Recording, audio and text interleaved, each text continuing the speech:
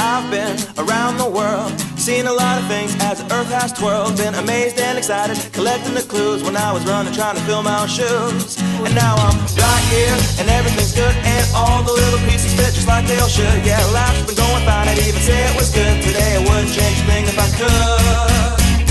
Hey, hey, hey, I'm going up, straight up to the top, walking out, holding my head up high. Hey, hey, hey, moving on to a brand new place, and now it's here in the blink of an eye. Hey, hey, hey, can't stop me now, moving fast, going everywhere I wanted to be.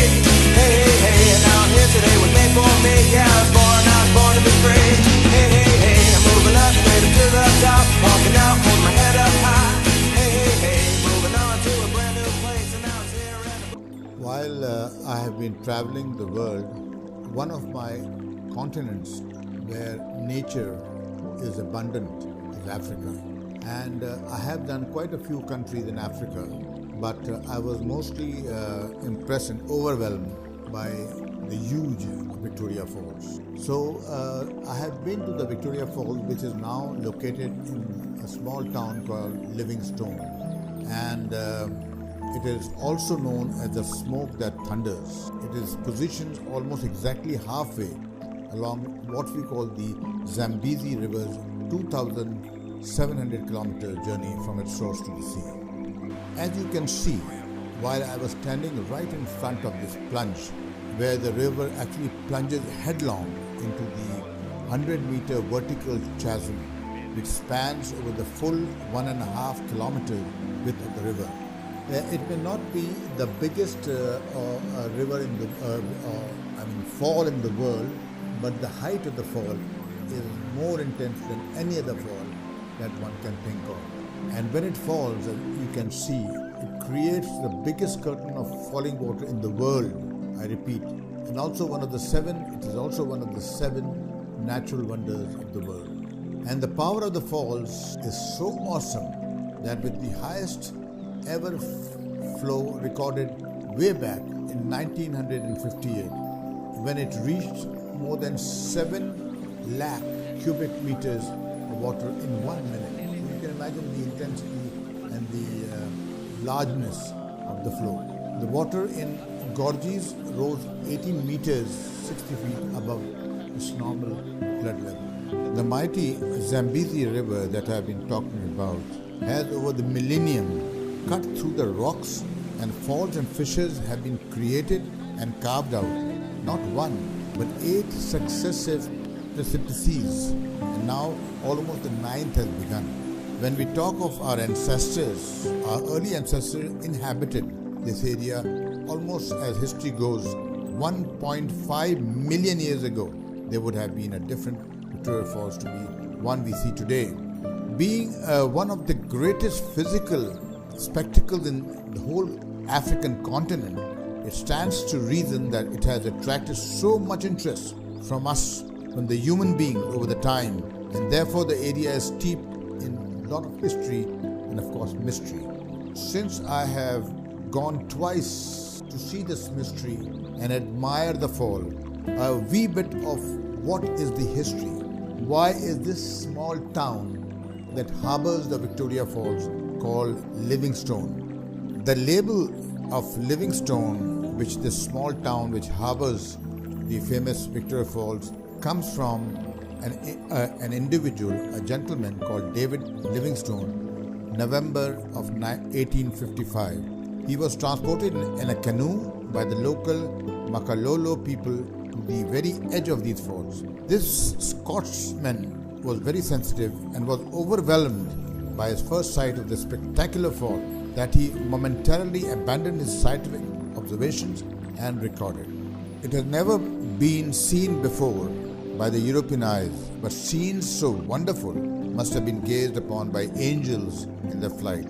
Loyally, the good missionary whose heart lies buried in Africa named this great wonder of the world after Victoria, his British Queen. We've gone into much more depth about these facts of Victoria Falls and many others. This being a short documentary, all I'm going to say is that David Livingstone lived between 1813 and 1873, and he was a pioneer medical missionary with the London Missionary Society, an explorer in Africa and one of the most popular British heroes of the late 19th century in the Victorian era. I've been lucky, of course, to take a flight in the microlight exactly over the Victoria Falls, and this gave me a total overwhelming view of the beautiful and gorgeous Victoria Falls. Now these microlights are piloted professionally with superb views of the falls, as you can see now. These people are highly qualified engineers and they carry out all aircraft servicing with many years of experience in providing the microlight with an excellent safety record. Of course, when one embarks on this trip, it seems a little scary, but looking at the professional qualified people behind the technicality, the microlights operate with two experiences. There are two types of microlights. A 15-minute flight experience which provides a gliding experience over the Victoria Falls, and a 30-minute experience which encompasses views of the Victoria Falls as well as the Mosi Otunia National Park, as you can see down nearby, with the opportunity to view wildlife from above. I may not have seen the wildlife, but there are quite a bit of them there. Incidentally, no photographic equipment is allowed to be carried on the microlight because it's a small aircraft and it cannot carry any excess weight, and you have a GoPro which records almost every event, as you can see. And of course, this microlight, I must tell you, is totally weather dependent. The number of available microflights are limited, and the booking is available based on the first come first served basis.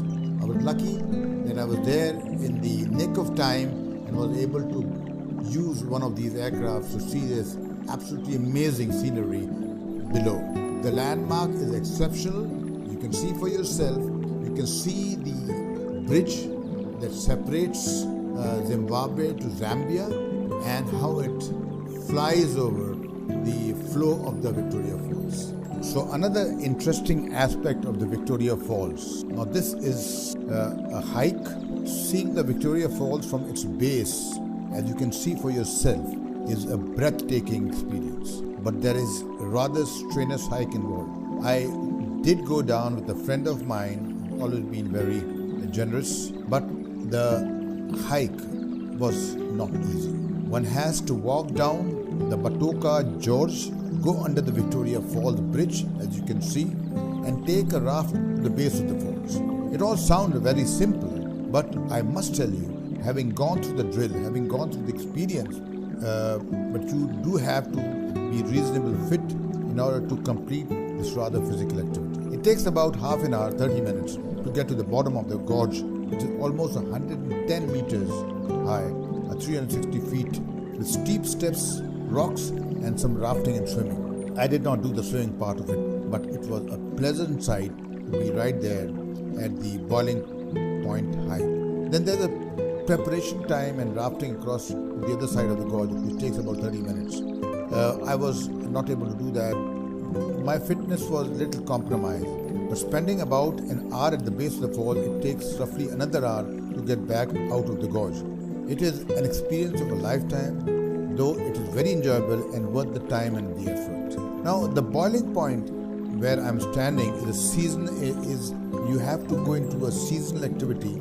It is available at the same time with low water rafting, which is offered during the months of August to December. You can see when I went down, the Zambezi River was flowing at a great height.